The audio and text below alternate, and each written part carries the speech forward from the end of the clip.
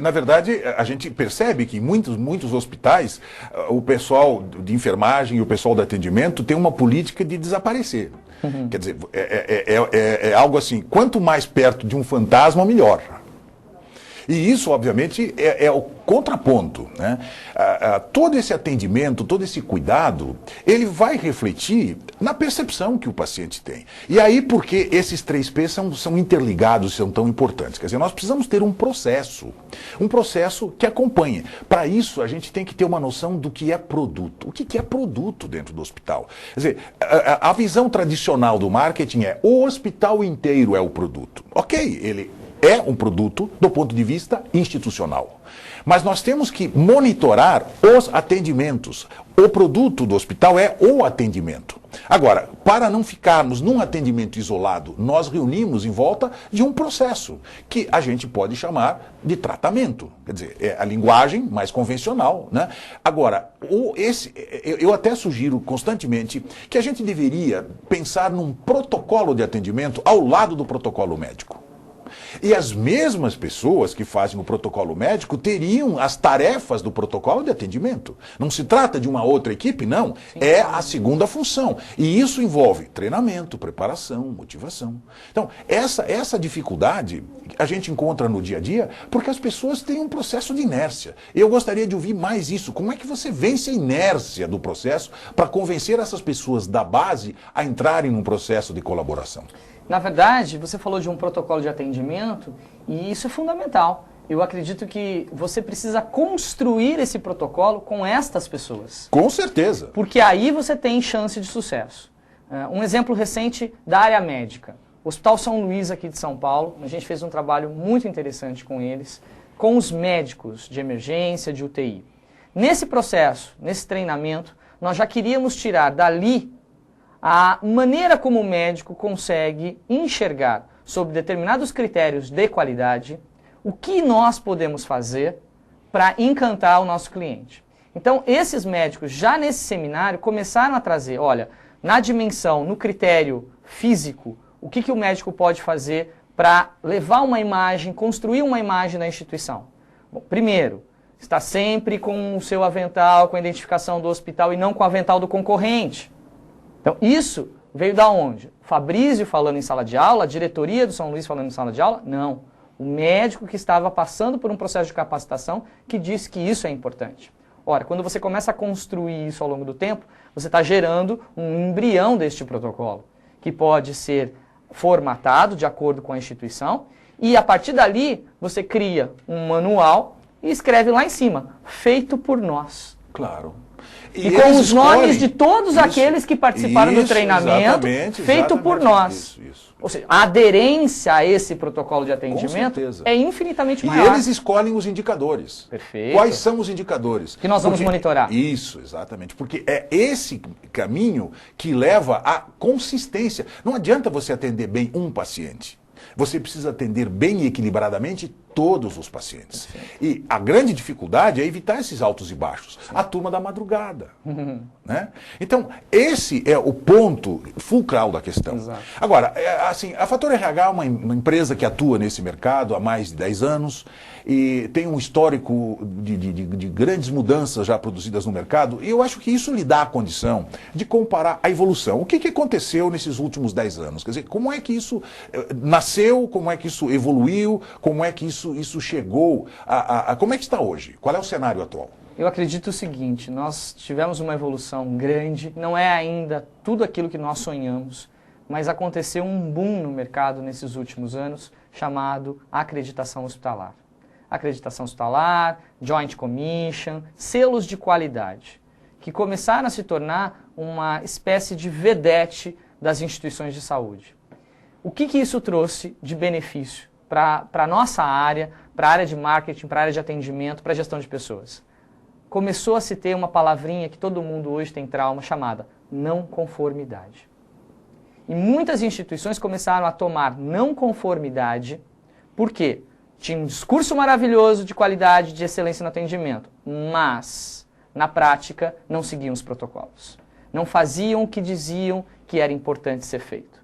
Então, esses processos, principalmente nas instituições que vem levando muito a sério o selo de qualidade, eles transformaram boa parte dessa cultura. Hoje, por exemplo, a Fator RH tem uma demanda muito grande para capacitar médicos, coisa que há 10 anos atrás nem aparecia. Por quê? Porque o médico era um ser alheio à instituição. Não existia uma política forte, efetiva, consistente de trazer esse médico para o dia a dia da qualidade hospitalar. Ele entrava e saía do hospital. Até a gente brinca muito, eu falo assim, por que o senhor médico escolheu ser médico e acordar no domingo de madrugada, sair da sua casa, levantar, vir trabalhar, feriado, não tem dia, não tem horário, né? Será que a sua missão é realmente fazer o melhor por outro ser humano?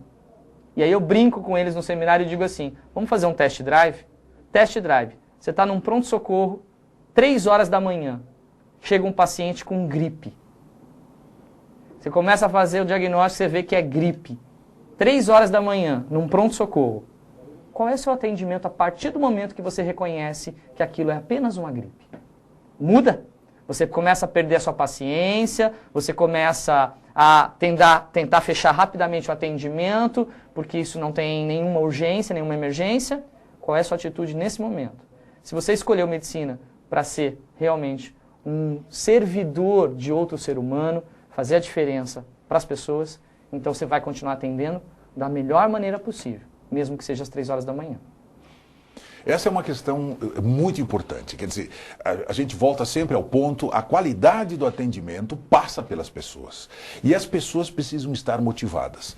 E a gente sabe que as campanhas motivacionais, aquelas campanhas isoladas, que são feitas na época de uma festa qualquer, hospital usando, lá no Nordeste, usando chapéu de palha no atendimento de São João, um negócio meio assim, de desespero para atrair a motivação, atrair as pessoas, fazer elas saírem de sua inércia para entrarem numa adesão. Então, para que você possa efetivamente conseguir isso, só tem um caminho, é você ter um feedback. As pessoas precisam ter metas, precisam ter objetivos, precisam ser avaliadas e precisam receber uma informação, como é que elas estão se saindo.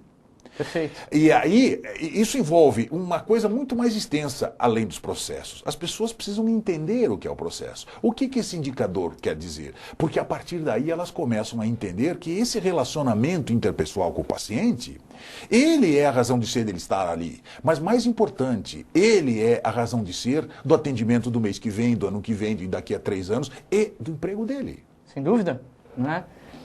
Aliás, você falou em indicador, deixa eu comentar uma coisa fundamental.